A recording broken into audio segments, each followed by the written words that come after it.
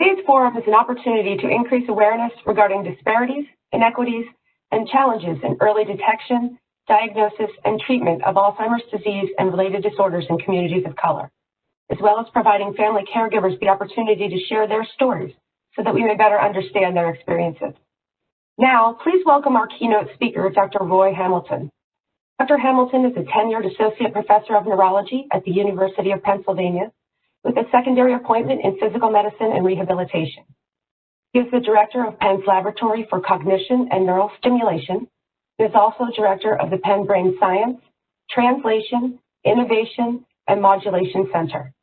Dr. Hamilton earned his undergraduate and medical degrees at Harvard University, obtained a master's degree in health sciences technology from the Massachusetts Institute of Technology, and completed his neurology residency and fellowship training in cognitive and behavioral neurology at Penn. Dr. Hamilton? Thank you. Well, first of all, it is such an honor to have been invited to speak here at the Alzheimer's Disease and Related Disorders Forum. Thank you, Heidi, and thank you for the comments preceding from Secretary Torres and, of course, from the governor. This disorder, Alzheimer's disease and its related disorders, are, of course, enormously impactful and common. They deeply impact the lives of patients, caregivers, and, as you have heard, are a burgeoning public health crisis. Today, we're going to focus on how Alzheimer's disease and related disorders disproportionately affect certain communities, and those are communities of color, underserved racial and ethnic minority groups. Here's our roadmap for today. First, we'll get everyone on the same page. I want to give a very brief review of dementia and Alzheimer's disease, just to make sure that we are all familiar with the terms that we're using. Then, I want to talk about the disproportionate burden of Alzheimer's disease that is seen in underrepresented minorities. We'll talk about how how this disproportionate burden is not simply because of disparities in access, but also in disparities in care that arise in the treatment of patients with dementia. And we'll finish up by thinking about some possible steps forward to addressing these disparities and to enhancing equity in Alzheimer's disease and related disorders. So first, let's just talk some terms. So I see patients clinically who have Alzheimer's disease, related memory disorders, and perhaps the single most common question that I am asked is, what is the difference between Alzheimer's disease and dementia? So I just want to get that clarified for everyone here. So dementia is an umbrella term. It describes the condition in which individuals have progressive changes in brain function and cognition that get to the point where they interfere with their ability to perform everyday activities.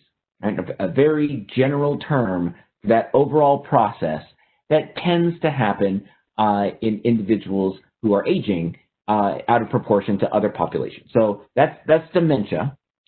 Alzheimer's disease is the most common dementia of the dementia syndromes, right? And so here you can see in this cartoon, it's represented maybe half to 3/4 of individuals who end up with a broad categorical diagnosis of dementia will have the more specific diagnosis of Alzheimer's disease. So what are the features that would define Alzheimer's disease, or at least that would make one think that a person has Alzheimer's disease? Well, by far and away, the most common feature of that dementia syndrome is going to be memory loss.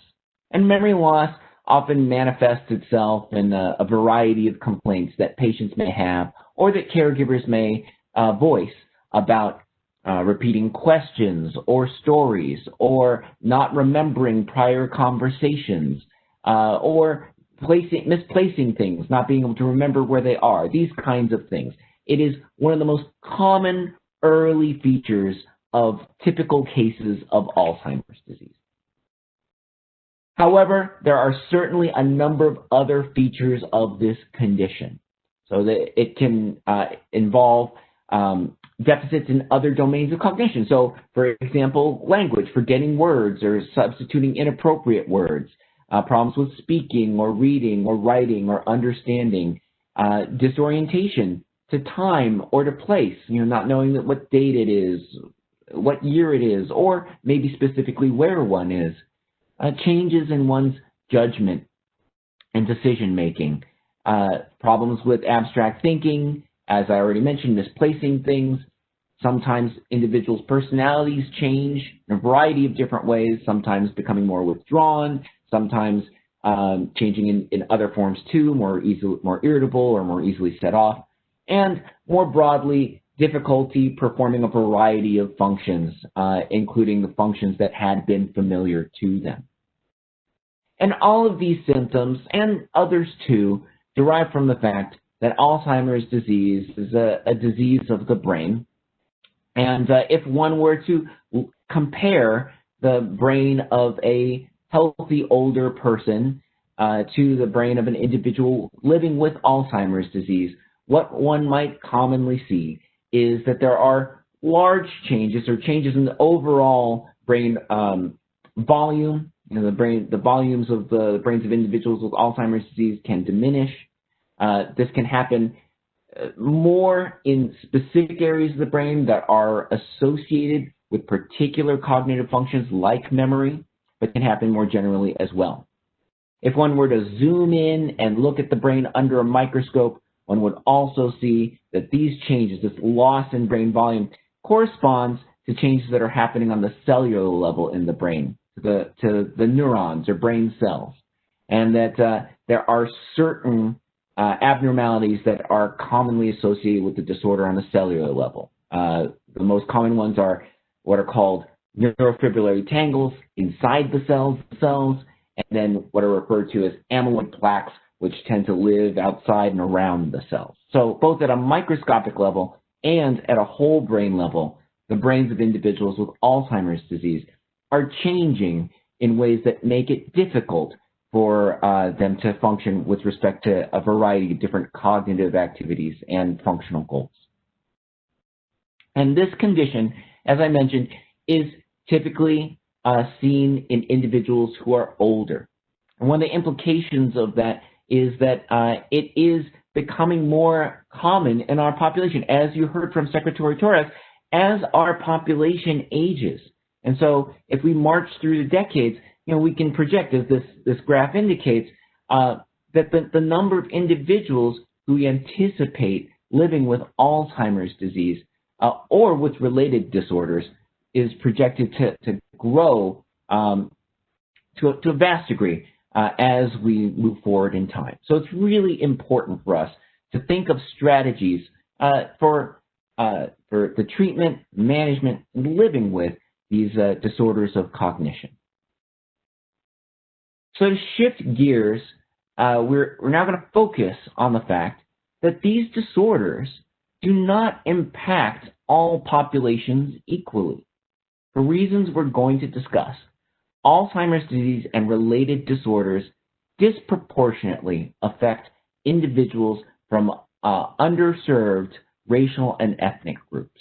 And so we'll spend a fair amount of time, in particular today, talking about African American and Hispanic or Latino groups living in the United States. So I want to start this conversation with a personal anecdote. So as you can see from this photograph, from those of you seeing me on the screen, this was taken a long time ago, maybe 15 years, maybe more ago. The central figure in the middle there is a more youthful and energetic version of myself. And the two lovely individuals on my left and on my right are my parents. And this is in the home I grew up in. And I want to focus for a moment on the lovely gentleman on the left-hand side of the screen who is my father. And he passed away a number of years ago. The reason why I'm showing you this photo is that around this time, this would actually be around the time that I was completing my own training as a neurologist, he started to develop some problems with his memory, right? So we noticed a few things. First, that he was repeating himself in conversation, repeating questions, and he was also having problems coming up with the right names for people. He had a lot of trouble coming up with the name of my then newborn and then toddler son, no matter how many times he had learned it and had been reminded of it. And he also started to develop some problems with route finding. What I mean by that is this is a man who worked for decades. He drove 2 hours each way to work in Southern California, driving from our home to the brewery where he worked, all right? And so it's a 2-hour ride each way. And he was starting to have difficulty navigating to familiar places like the grocery store or to the community garden that he tended, all right? And also, most notably, this man who really scrimped and saved his entire life to provide a better life for his family and for his son, started having pretty noticeable difficulties managing finances, which was a real change for him, right? And so all the signs were there. However, even though at the time I was training to become a neurologist, there were a lot of thoughts that went through our mind and different ways of framing what was happening to my father that sort of got in the way of a clear-eyed view of what was actually happening. So amongst them, first, there was denial, sort of a lack of acknowledgement on my father's part, my mother's part. To some degree, I might even say it to my part, initially at least, that there was a problem.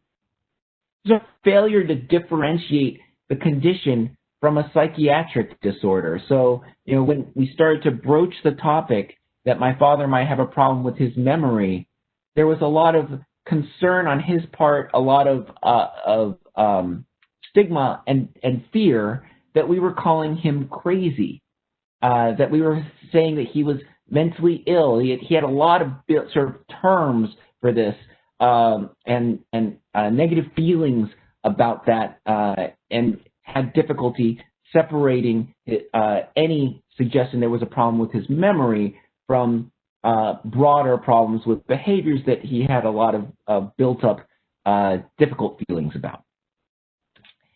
It was also thought by many other members of my family, and I should mention as an aside that I'm the only member of my family to go into medicine, so many other members of my family, that this was a natural consequence of the aging process.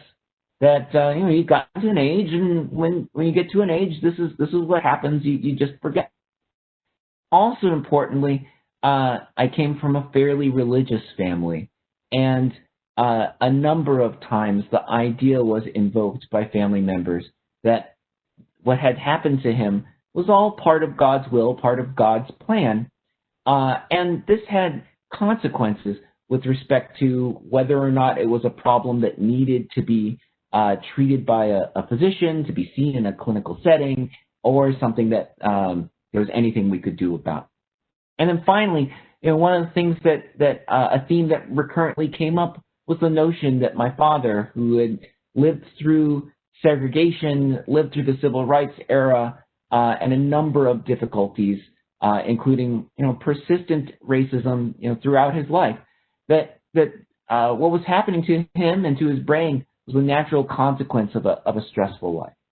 So a lot of influences, a lot of thoughts went through our minds that may have gotten in the way of him getting the kind of care that he needed initially, even though he was the son of a neurologist and someone who was going to become a cognitive and behavioral neurologist who sees patients with Alzheimer's disease. So to bring us back to the facts, and to zoom out from my own family and personal experiences, if we look at populations of Black and Latino patients and compare them to white non-Hispanic patients, we see that the rates of Alzheimer's disease, as you've already heard, are significantly higher. So this graph just illustrates across the different categories of age, the different rates of individuals living with Alzheimer's disease as a function of race and ethnicity. And you can see that as one runs across the age spectrum, the rates for Blacks and Latinos are substantively higher than they are for non-white Hispanics. In addition to the higher prevalence, it's also the case that these disorders are much more costly to care for individuals from underrepresented racial and ethnic groups. So, for example, here is the Medicare payments for healthcare services in Medicare beneficiaries with dementia, at least as of a number of years ago. And what you can see is that the overall cost to Medicare for individuals who are African American or Hispanic is actually greater than individuals who are white, which is unfortunate and to an extent almost ironic, given that that the incomes and wealth of these individuals is on average much lower. In fact, we'll grapple with in a moment. But importantly, one of the main contributors to this increased cost is the delay in access to care that would allow one to circumvent or lessen the costs of related health complications. And so patients with Alzheimer's disease and related dementias, they're presenting with later symptoms of their disorder, more complications, and overall more expensive care. So why is it the case that Alzheimer's disease is more impactful in minority communities? There are a variety of reasons. We won't be able to cover them all in today's talk. So I'm going to focus on 5, right? And those are social determinants of health. We'll get into what that is in a moment. Bias and discrimination in medicine, differences in cultural beliefs and practices, the impact of other diseases on the diagnosis and severity of Alzheimer's disease, also disparities in research for communities of color. So what do I mean by social determinants of health? Obviously, a person's health does not exist in a vacuum, right?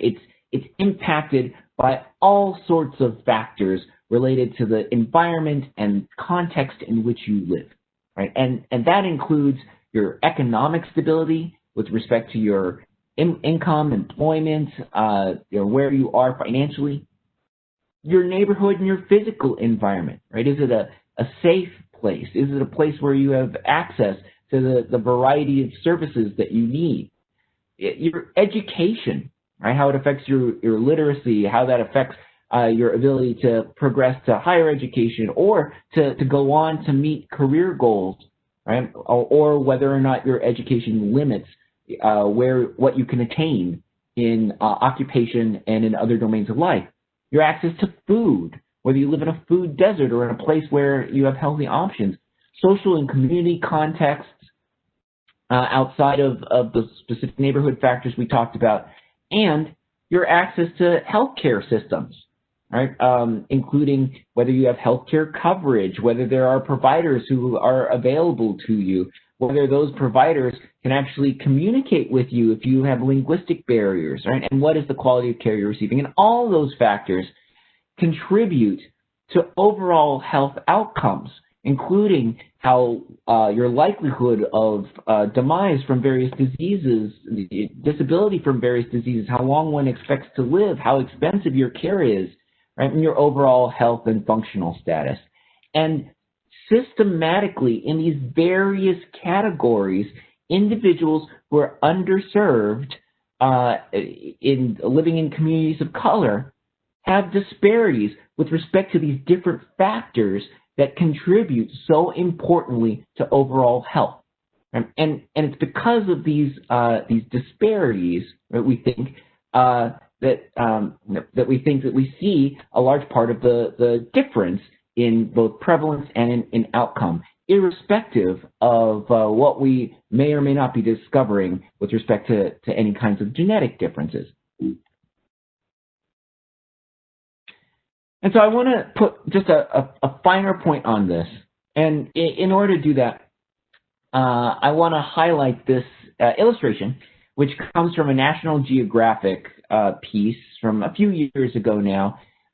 It really highlights the notion of race as a kind of social construct rather than an inherent biological construct. Now, I'm not saying that race doesn't have consequences for health or biological consequences. In fact, race has profound biological consequences on individuals. But we are discovering that it is not, because race itself is an inherent marker within health by and large. So what do I mean by that? So here, these two girls are actually sisters. They're children of the same parents. And what they represent is the vast difference in physical phenotypes that can occur amongst individuals, even amongst individuals who are related to each other. Right? And I think a lot of people who look at this illustration or look at this picture would think that one of these individuals presents with a phenotype, a physical appearance that would appear to them to be more black or African American. The other person would present with a physical appearance that would resonate to the viewer as being more in line with being white. Well, obviously they have the same genetic stock, but if you follow these two children through life, there is a good chance that one of these two children, or that they are going to have very different paths and be treated in very different ways.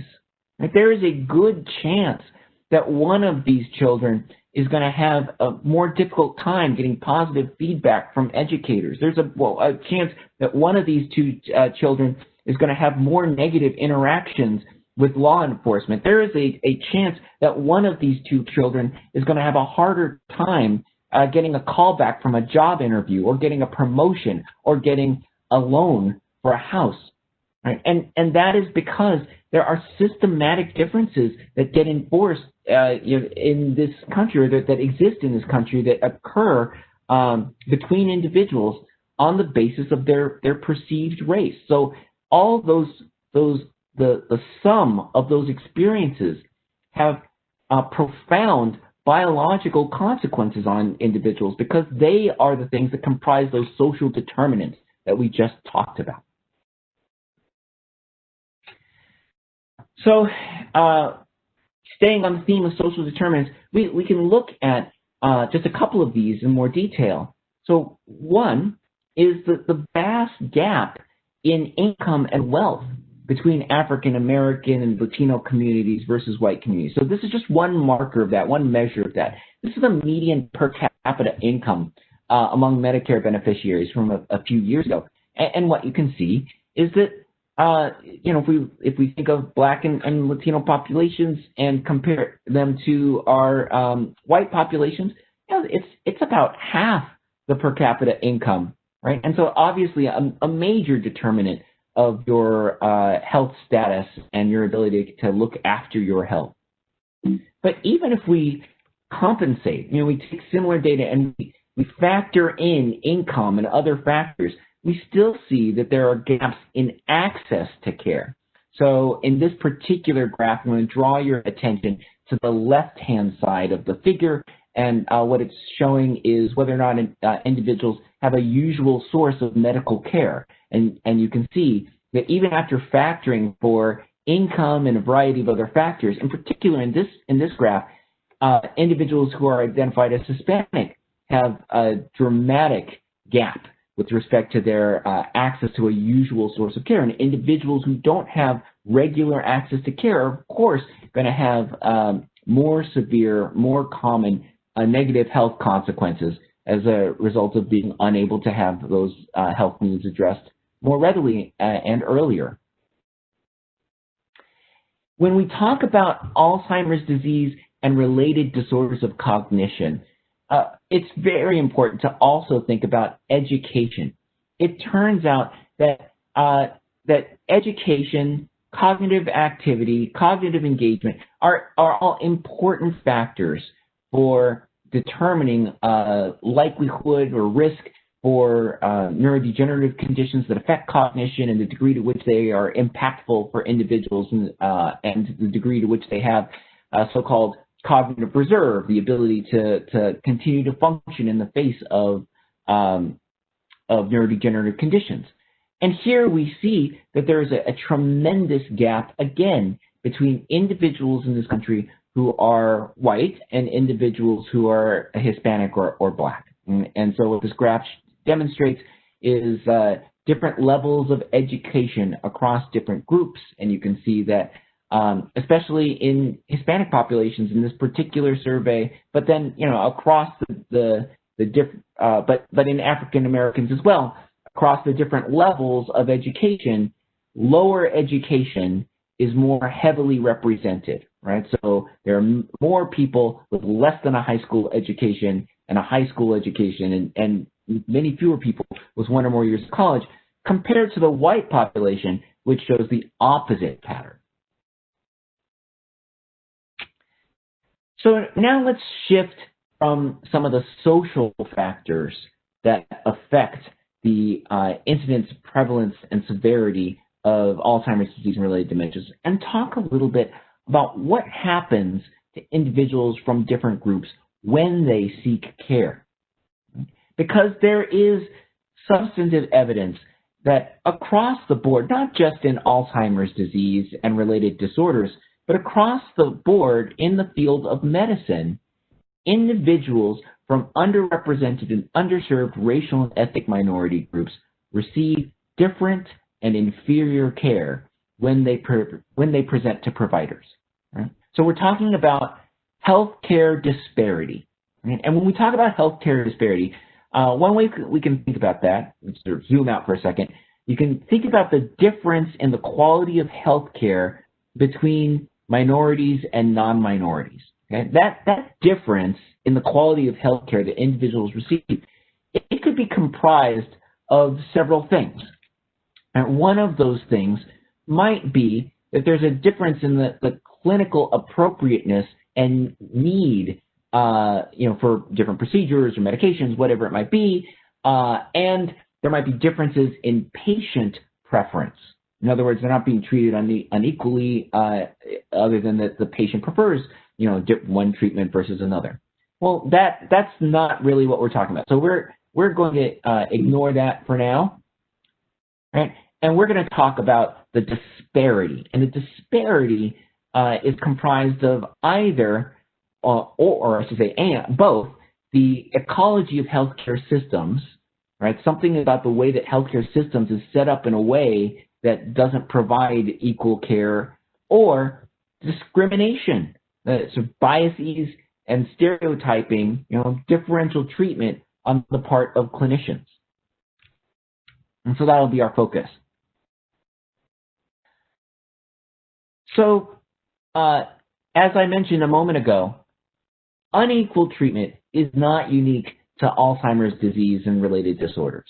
A number of years ago, the Institute of Medicine put out a impactful report that presented compelling data that across various specialties of medicine, racial and ethnic minority groups were being treated unequally, even when they presented to the healthcare profession, to clinicians with the exact same problems, right? And certainly Alzheimer's disease and related disorders are not immune to this.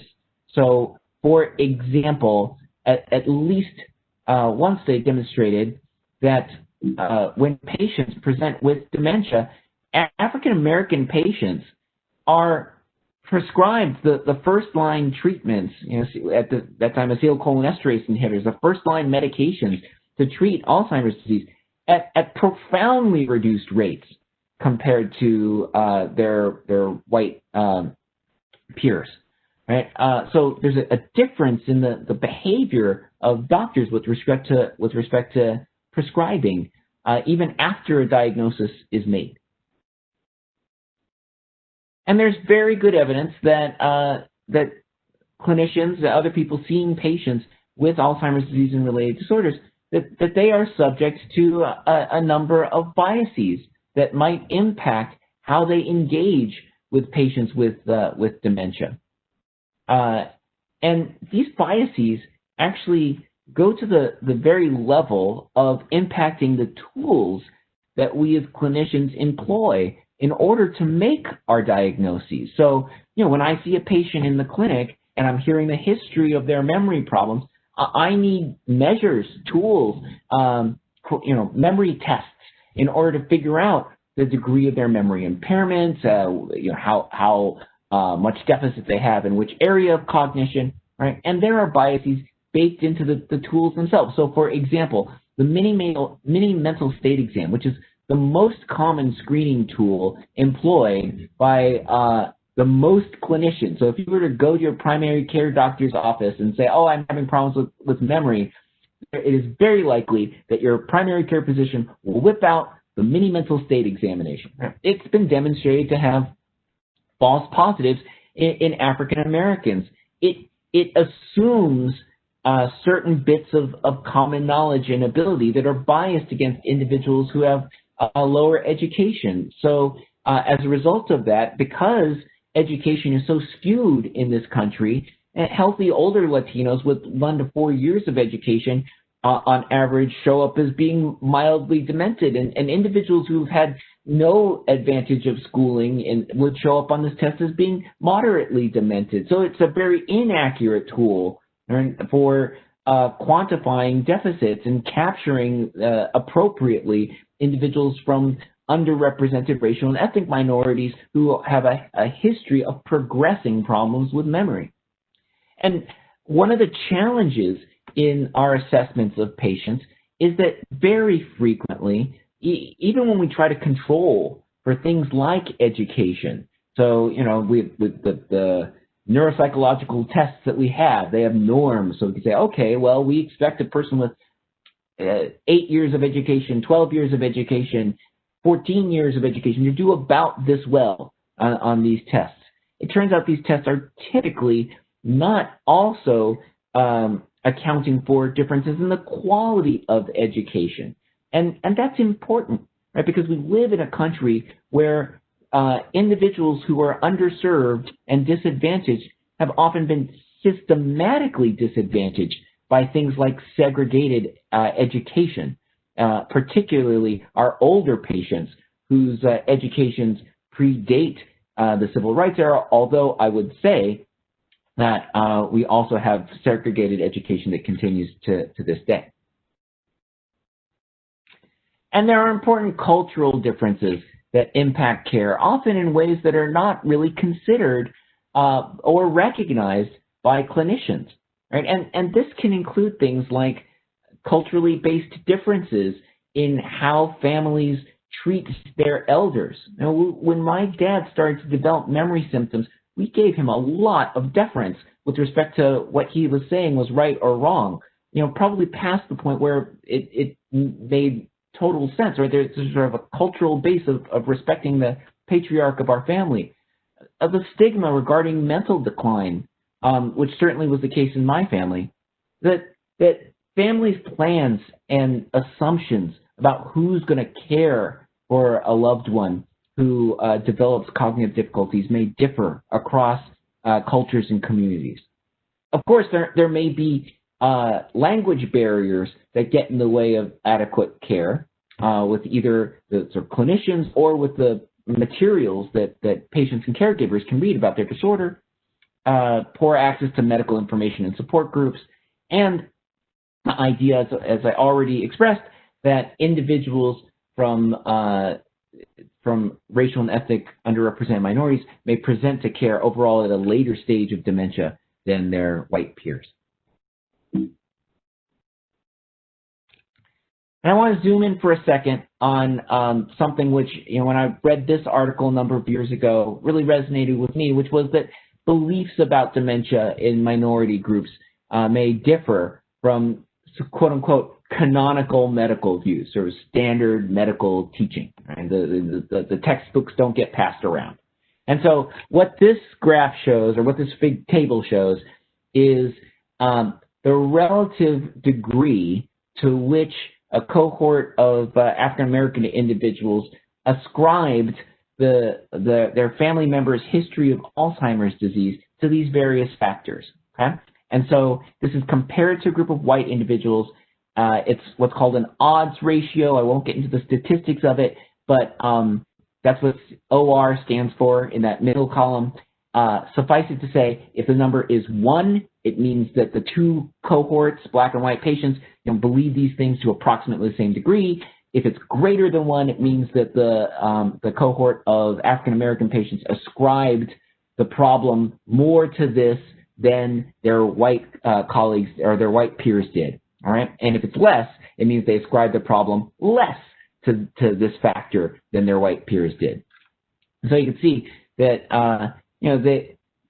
there were a number of factors where the African American patients tended to ascribe more to these factors that were proposed to them than their white peers did, including exposure to toxins, head injury. But the two factors I want to point out to you in particular, and ones that, as I said, resonated from my own personal experience, were the idea of divine will. What was to be, and also an association with mental illness or a difficulty disambiguating, sort of separating what was going on with one's memory from other kinds of disorders of behavior, many of which have historically in these communities been associated with a certain amount of stigma.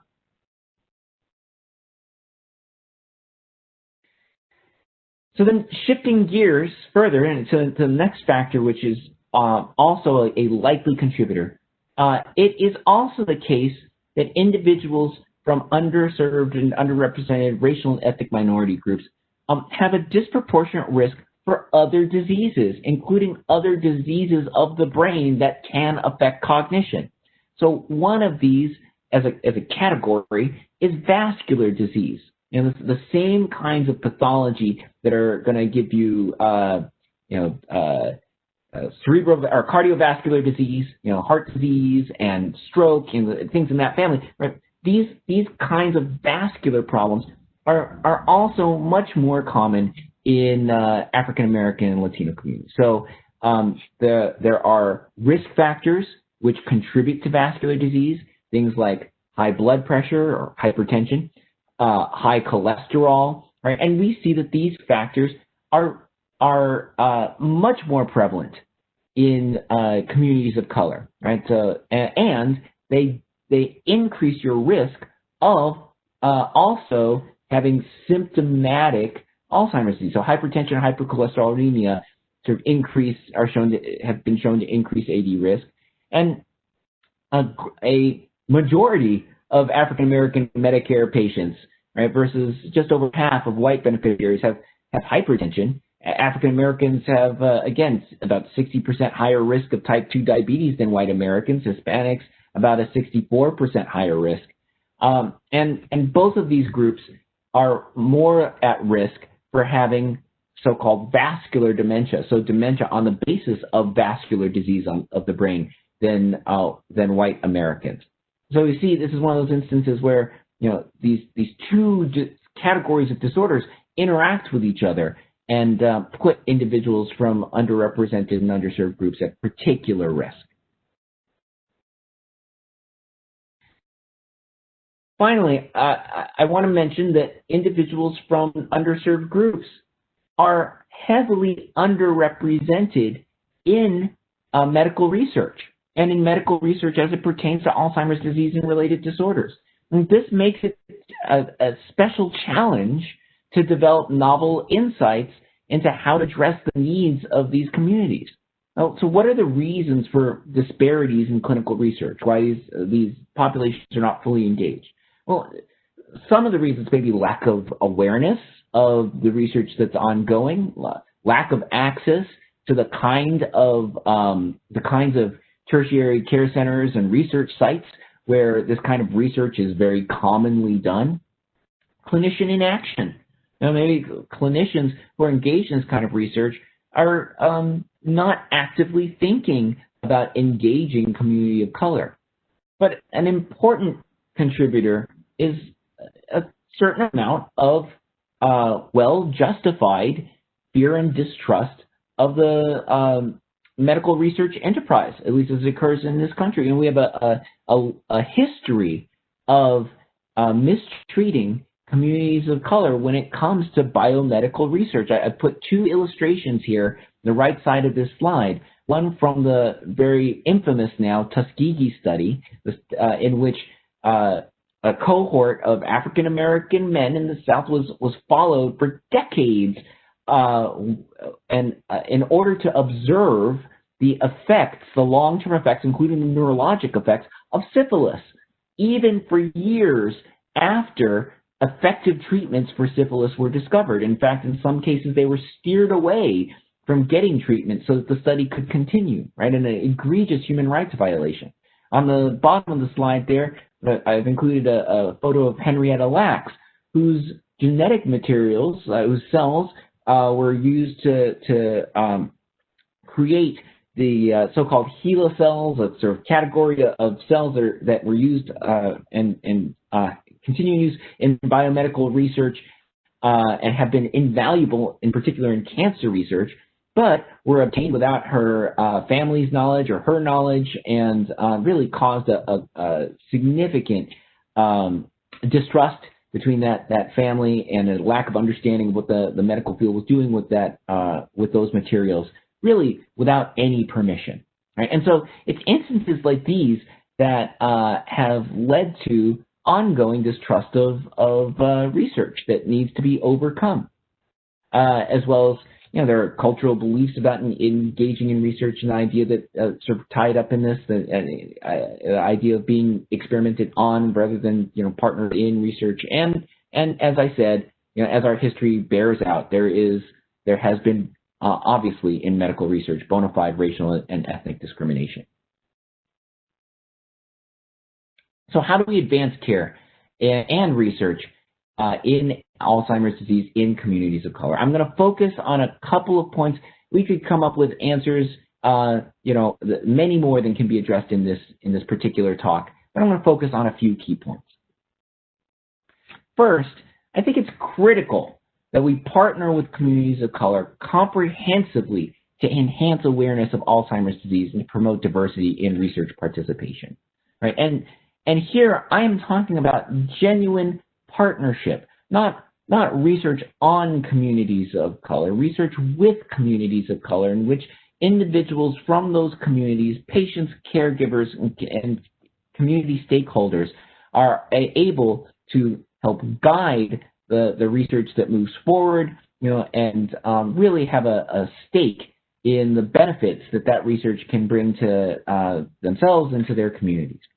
I'll highlight one example from our own group of where I think this kind of research can move forward. And I highlight this in part, I should say, because this is a grant that was recently funded by the state of Pennsylvania, in which we at the University of Pennsylvania and a couple other institutions are partnering with community leaders in the African American community in Philadelphia, in particular West Philadelphia, to look at the social determinants of health as they pertain to Alzheimer's disease, and to also look at a variety of biological, genetic, and imaging factors to see how those amongst other things, how those social determinants and biological features are really interacting with each other in either causal or contributory ways. And it's a true partnership. When we get together with leadership from Enon Tabernacle Baptist Church or local community sororities or fraternities, right? They are true partners in the endeavor and guide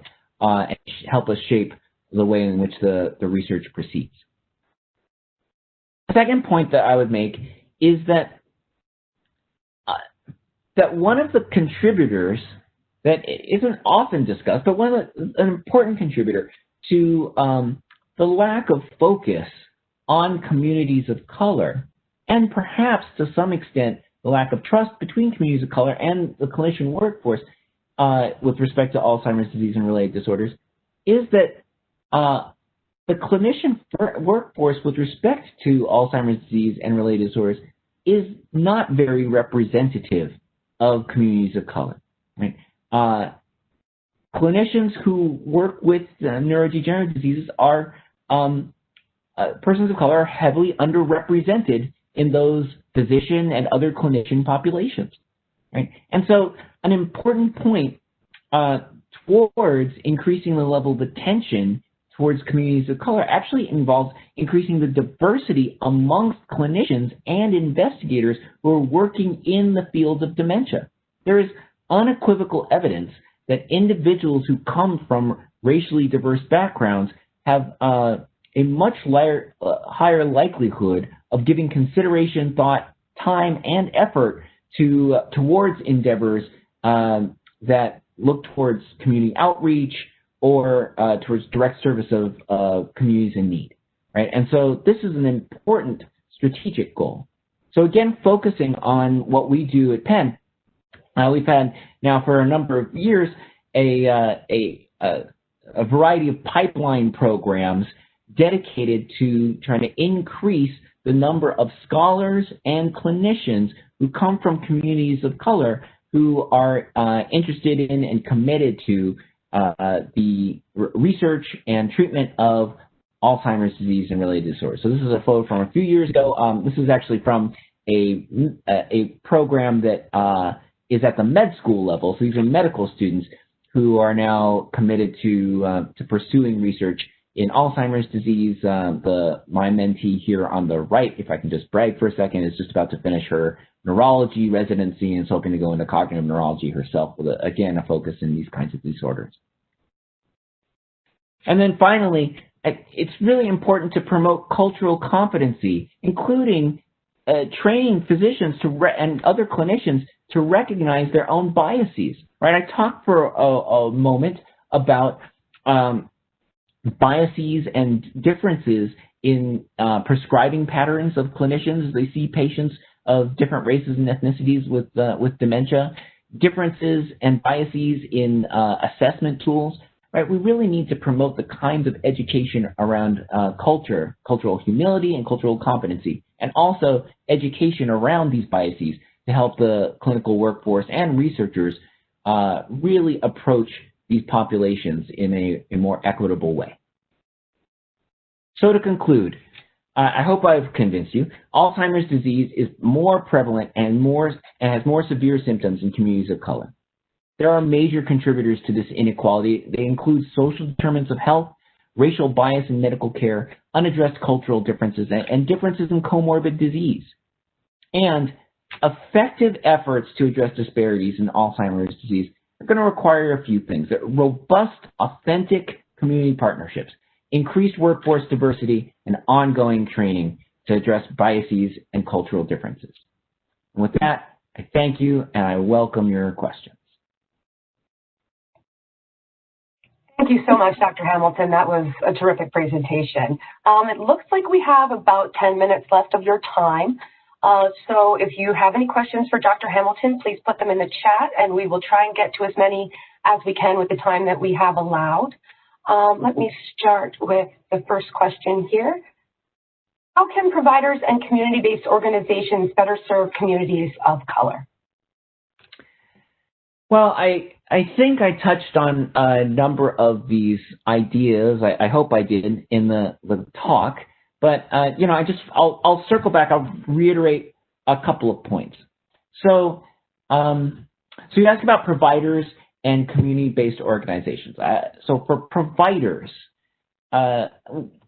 we talked a little bit about provider biases, and so I do think that an important step, and one that maybe is often overlooked by providers, is to think about checking and ameliorating those biases and that have been highlighted across all domains of medicine, but certainly in the care of patients with Alzheimer's disease and related disorders in terms of diagnosis, prescribing practices, so on and so forth. And there are educational resources for doing that.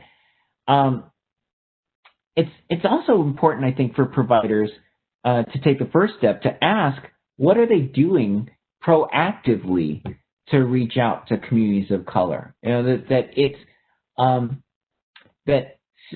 Sitting in place and thinking that these populations will just come to you, all right, is probably, well, evidence suggests that thinking is not very fruitful, right? And so, an important next step is to ask, what providers are doing to actually actively engage, and in doing so, remembering the history that has to be overcome of sort of discriminatory treatment in order to build trust with communities. Often it requires a give before there's any kind of a get, right?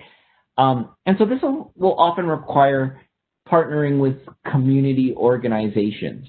And so shifting to the other side of your question, the other component of your question, community-based organizations, there I think there's a real opportunity to educate, because often these sort of community-based organizations are centers that provide a voice, a respected voice in communities, so to educate around Alzheimer's disease and related disorders. That includes educating on some of those factors and preconceptions that I talked about that people may have about the disorder, which may not be right? Collaborating with providers and investigators who are interested in true partnerships, and mobilizing, getting communities aware and active about the fact that what is happening is, a disproportionate burden of disease in these communities that needs to be addressed. So, really empowering communities to make change. All right, our next question is, any tips on developing more culturally appropriate ADRD detection tools in persons of color? Yeah, so there are efforts to do this.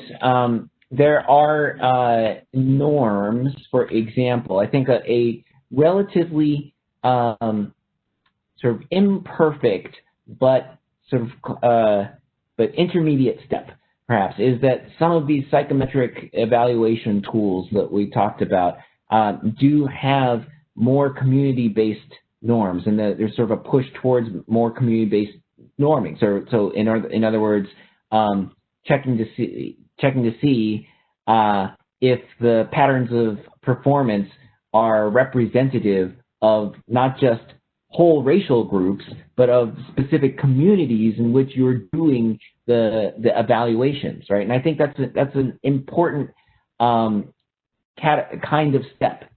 I also think that a lot of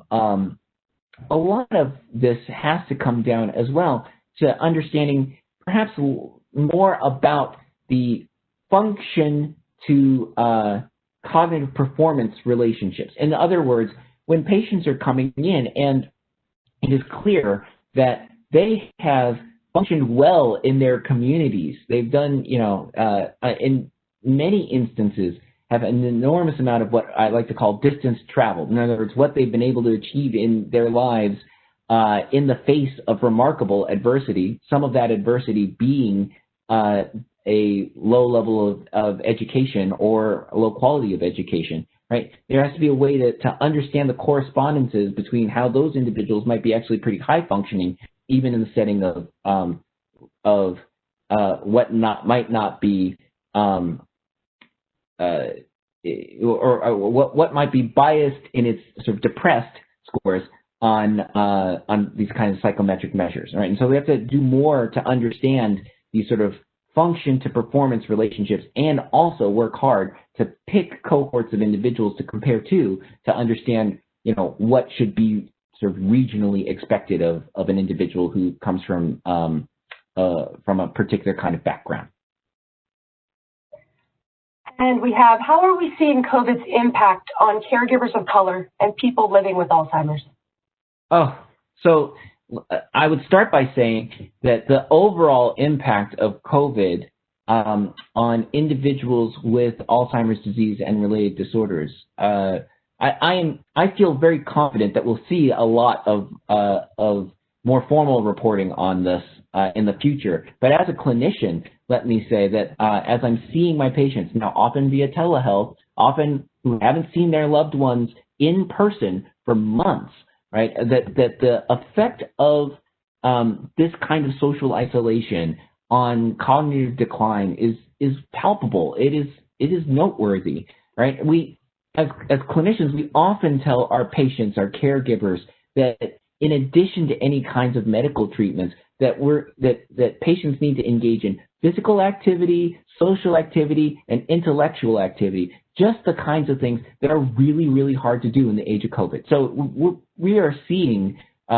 impacts in our patient populations, and I would argue that just in the way that that COVID is disproportionately impacting communities of color as a disease, it is also probably, although I don't know if we have formal data on this, but because of gaps in the kinds of social supports and services and all those social determinants of health that I was discussing, it also is likely disproportionately impacting the care that can be administered in many of these communities, which is certainly going to have an overall impact on the trajectory of cognitive performance and functional performance. Okay, and how often should a patient get a brain scan to see what level of the disease they may be in? So the scanning of the brain, right, is most useful for determining an initial diagnosis. In other words, the disease is not staged by the appearance or the change in volumes of specific areas of the brain. It is a very useful tool for helping to determine what the cause of a patient's cognitive changes may be, right, and for ruling out other things which might be contributing. However, it isn't the case that we typically follow a person along with serial scanning to tell an individual how severe their condition is, because often the most sensitive indicator of and truest indicator of the severity of your condition is the severity of your presentation, the severity of the deficits that you have and your functional impairments on life. To that end, if the brain scan looked good and you functionally or your loved one was doing poorly, we wouldn't say, oh, well, this isn't very bad because the brain scan looks good. And the reverse, we wouldn't also say that someone was particularly severe if they were functioning very well. So it's a long-winded answer to say that the scans are much more informative for diagnosis than they are for prognostication or for stratification of clinical severity. Okay, and it looks like we have time for one last question. You mentioned cultural bias with the MMSE. Is there a screening and assessment tool you would recommend that does take into account the ethnic and cultural bias that exists? So I don't have a single screening tool that takes this into account, right? And I would say that what we do, and this might be more laborious than clinicians in the community might have available to them. So this is not necessarily a perfect answer, but we think about how our norms are generated and whether our norms, and again, just to reiterate what I mean by that term norms, right? When you're doing a psychometric test, you compare one person's performance to a bunch of people's performance. This is what's considered norms. So, we do focus on making sure that in our battery of tests that we are making appropriate comparisons. Another thing that we looked into and actually published on a couple years ago was the importance of adjusting for not just years of education, but also the quality of education that people had. And so we sort of developed ways to look at quality of education and make adjustments for that. Again, That's much more than a single individual screening tool. I wish I could say this was the perfect culturally sensitive screening tool, but I don't think we're there yet. Well, thank you so much, Dr. Hamilton, for answering those questions, and we really enjoyed your presentation today. Thank you so much again. Thank you.